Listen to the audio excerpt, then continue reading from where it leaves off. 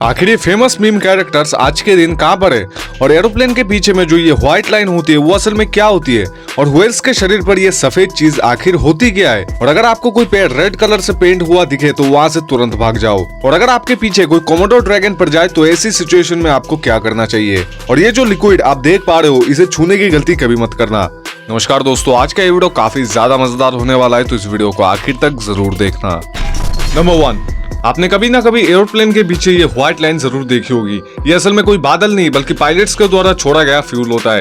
लेकिन क्या आपने कभी ये सोचा है कि पायलट्स पे अचानक ऐसी क्या मुसीबत आ जाती है कि इन्हें इतना महंगा फ्यूल आसमान में फेंकना पड़ता है। तो असल में जो कमर्शियल एयरप्लेन्स होते हैं वो काफी लंबी उड़ान के लिए बहुत ज्यादा फ्यूल अपने साथ ले जाती है। लेकिन कभी कभी इमरजेंसी या कोई दूसरे कारणों की वजह से उन्हें बहुत पहले ही उतरना पड़ता है। अब अगर इमरजेंसी लैंडिंग के समय उस एरोप्लेन का फ्यूल टैंक भरा होगा तो प्लेन की काफी ज्यादा वजन होने की वजह से उसके लैंडिंग गियर और दूसरे कंपोनेंट्स पर काफी प्रेशर पड़ेगा, जिससे कोई बड़ा हादसा भी हो सकता है। और ऐसा ना हो इसलिए पायलट्स को कम आबादी वाले शहर से लगभग 6000 फीट की ऊंचाई पे प्लेन का फ्यूल गिरा देते हैं। इतनी ऊंचाई के कारण फ्यूल नीचे पहुंचते ही खत्म हो जाता है और प्लेन बहुत आराम से लैंड हो जाता है।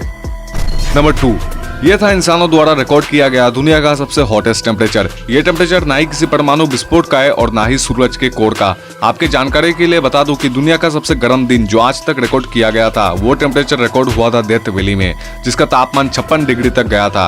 और बात करें हमारे सूरज की तो उसके सतह का टेम्परेचर लगभग 5500 डिग्री सेल्सियस होता है और उसके कोर का टेम्परेचर लगभग 15 मिलियन डिग्री तक होता है। आपको लग रहा होगा कि यही सबसे गर्म चीज है, पर असल में दुनिया की सबसे गर्म चीज हमारे दुनिया में ही रिकॉर्ड की गई थी। दरअसल 2012 में वैज्ञानिकों ने एक न्यूक्लियर रिसर्च के दौरान एक एक्सपेरिमेंट किया। उन्होंने एक लार्ज हेड्रोन कोलाइडर में 2 प्रोटॉन को लगभग लाइट की स्पीड से टक्कर मरवाई और आप विश्वास नहीं करोगे कि उन्होंने गलती से सबसे गर्म चीज का वर्ल्ड रिकॉर्ड बना दिया, क्योंकि उस टकराव की वजह से सिर्फ 1 सेकंड के लिए तापमान लगभग 5.5 ट्रिलियन डिग्री तक चला गया था। भाई आप लोगों को अंदाजा भी नहीं है कि ये टेम्परेचर कितना ज्यादा है। ये टेम्परेचर सूरज के कोर से 3,66,000 गुना ज्यादा है।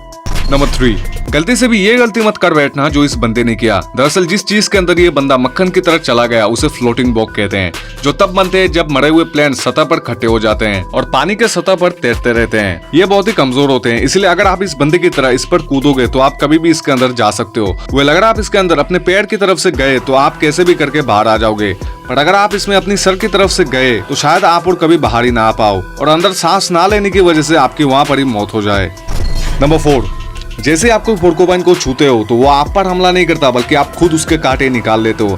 दरअसल पोर्कोपाइन के कांटे बहुत ही वीक तरीके से अरेंज होते हैं और शिकारी जिस तरफ जाता है वो अपने कांटे उसी तरफ ही किए रखते हैं ताकि इनके कांटे आसानी से निकल जाए। और जैसे ही कोई शिकारी इन पर हमला करता है तो पोर्कोपाइन अपने कांटे बीच में ले आते हैं और फिर जैसे ही वो कांटा शिकारी को लगता है तो सिर्फ हल्के से प्रेशर से उनके कांटे उनके स्किन से तुरंत डिटैच हो जाते हैं और उस जानवर के स्किन के अंदर घुस जाते हैं। और ये चीज इतनी जल्दी होती है कि जिसे देखकर ऐसा लगता है कि मानो पोर्कोपाइन ने कांटे फेंक कर हमला किया हो, पर ऐसा नहीं है। असल में वो तो खुद अपने ही पैर पे कुल्हाड़ी मार लेते हैं।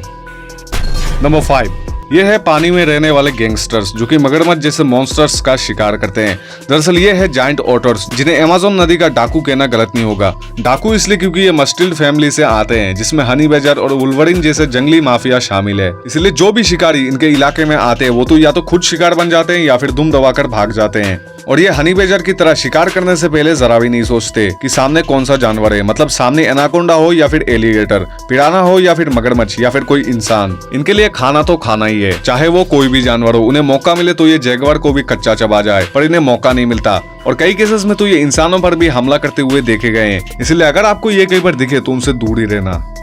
नंबर 6, आखिर वेल्स के शरीर पर ये चीज क्या चिपकी होती है जो भाई देखने में बहुत ही इची लगती है। दरअसल इस अजीब चीज को वेल बार्निकल्स कहा जाता है। इन्हें वेल्स पर चिपका हुआ देख ऐसा लगता है कि ये वेल्स के लिए काफी दर्दनाक होगा, लेकिन ऐसा नहीं है। दरअसल बार्निकल्स को वेल्स के शरीर पर फ्री का खाना और फ्री की सवारी मिलती है, साथ ही वो उनके स्किन को एल्गी और पैरासाइट से दूर रखती है। हालांकि ज्यादा बार्निकल्स की वजह से वेल्स को इन्फेक्शन भी हो सकता है, पर ज्यादातर केसेस में वेल्स के लिए किसी मच्छर से कम नहीं। नंबर 7, आखिर कहाँ गए ये फेमस मीम कैरेक्टर्स। सबसे पहले बात करते हैं मोमिन साकिब की। 2019 में इंडिया और पाकिस्तान के मैच के दौरान जब पाकिस्तान हार गई तो उस समय उनके फैंस काफी ज्यादा दुखी थे, लेकिन उन सभी से सबसे ज्यादा दुखी था ये आदमी। ओ भाई मारो मुझे, मारो मारो मुझे, मारो मारो नहीं, ये मजाक हो रहा है। एक सेकंड यार, मजाक हो रहा है। और इनकी यही दुखी इतनी वायरल हुई कि 2022 में इन्हें विराट कोहली और हार्दिक पांड्या से मिलने का मौका मिल गया। इसके बाद बात करते हैं डिशॉन रॉ की। 2011 में यूट्यूब पर कुछ रैपर्स के बैटल के दौरान डिशॉन रॉ नामक इस रैपर ने यह अनएक्सपेक्टेड लाइन बोली। Psych! That's the wrong number!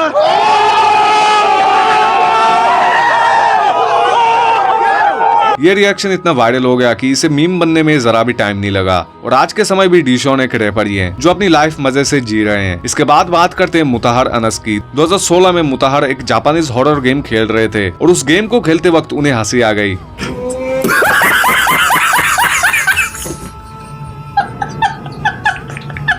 ये हंसी इतनी वायरल हुई कि जिसे हर कोई अपनी फनी वीडियोस में इस्तेमाल करने लगे और आज के समय भी मुताहर एक गेमर ही है। नंबर 8, क्या होगा अगर आपके पीछे कोमोडो ड्रैगन पड़ जाए। सबसे पहले तो आप ये जान लो कि कोमोडो ड्रैगन अकेले खड़े जानवरों का ही शिकार करते हैं, इसलिए गलती से भी अकेले नहीं बल्कि ग्रुप में जाना। लेकिन अगर ग्रुप में रहने के बाद भी वो कोमोडो ड्रैगन आपके ही पीछे पड़ जाए तो सबसे पहले भागो, लेकिन सीधे नहीं बल्कि जिगजैग डायरेक्शन में, क्योंकि कोमोडो ड्रैगन इतनी तेजी से दिशा नहीं बदल सकते। और अगर फिर भी वो पास आकर आपको काट ले तो आप उसकी आंखों पर हमला करो, पत्थर या लकड़ी से उसे मारो, इससे वो परेशान होकर आपको छोड़ सकता है। इसके बाद जितना जल्दी हो सके हॉस्पिटल जाओ, क्योंकि अगर आपने लेट किया तो जहर आपके शरीर में फैल कर आपका जान ले सकता है। नंबर 9, अगर आपको कोई पेड़ रेड कलर से पेंट हुआ दिखे तो वहां से तुरंत भाग जाओ, क्योंकि वो कोई मामूली पेड़ नहीं बल्कि मेडिसिनल ट्री है जो कि दुनिया की सबसे जानलेवा ट्री है। इस पेड़ के फल, पत्ते, टहनियां, लकड़ियां हर चीज जहरीली है। यहाँ तक इस पेड़ को जलाने पर जो स्मोक निकलता है वो भी जहरीला होता है। इस पेड़ को छूने पर आपको फोड़े, एलर्जीज और स्किन बर्न हो सकता है। और इन पेड़ों से निकलने वाला लिक्विड इतना खतरनाक होता है कि अगर एक सिंगल ड्रॉप भी आपके आंखों में गिर गया तो आप हमेशा के लिए अंधे हो सकते हो। इतना ही नहीं, अगर बारिश के समय आप इस पेड़ के नीचे खड़े रहे तो आपका इससे भी बुरा हाल हो सकता है। इवन बारिश के समय इवेपोरेट हुआ पानी अगर आपके लंग्स में चला गया तो आपको सीरियस इंटरनल प्रॉब्लम भी हो सकती है। नंबर 10, ये देखो, ये बंदा जैसे ही इस खतरनाक केमिकल को इस लैपटॉप पर डालता है तो वो लैपटॉप थोड़ी ही देर बाद बिल्कुल कागज की तरह टूटने लगता है। और जब इसे कैन पर डाला जाता है तो वो उसे इतना कमजोर बना देता है कि वो बंदा उस कैन को अपने हाथों से ही तोड़ देता है। इतना ही नहीं, इसे अगर आप किसी भी मेटल से बनी चीज पर डालोगे तो ये उनका भी ऐसा ही हाल करेगा। इवन जब इसे टाइटेनियम के ताले पर डाला जाता है जो कि दुनिया की सबसे मजबूत तालों में से एक है, तो वो उस ताले को भी कुछ ही मिनटों में ही तबाह कर देता है। मतलब अगर ये चीज चोरों के पास गलती से भी पहुंच गई तो आपको पता ही है कि क्या होगा। इस खतरनाक चीज का नाम है गैलियम, जो कि एक केमिकल एलिमेंट है और ये नॉर्मल टेम्परेचर पर भी लिक्विड के फॉर्म पर ही रहता है। इसलिए एरोप्लेन में गैलियम को कभी भी लिक्विड के फॉर्म में ट्रांसपोर्ट नहीं किया जाता, क्योंकि अगर ये गलती से भी एरोप्लेन के सरफेस पर गिर गया तो वो प्लेन में तुरंत छेद कर देगा। इसके बाद वो प्लेन कहीं भी क्रैश हो सकता है। इसलिए ट्रांसपोर्ट से पहले गैलियम को जमा कर उसे सॉलिड बना दिया जाता है, फिर उसके बाद ही उसे एक्सपोर्ट किया जाता है। तो दोस्तों आज के लिए बस इतना ही एंड आई होप कि आप सबको आज का ये वीडियो काफी ज्यादा मजेदार लगा होगा। और अगर आप लोग नए हैं तो फिर मेरे इस चैनल को जरूर से सब्सक्राइब कर लेना और मैं मिलता हूँ अगले वाले वीडियो में and thank you so much for watching.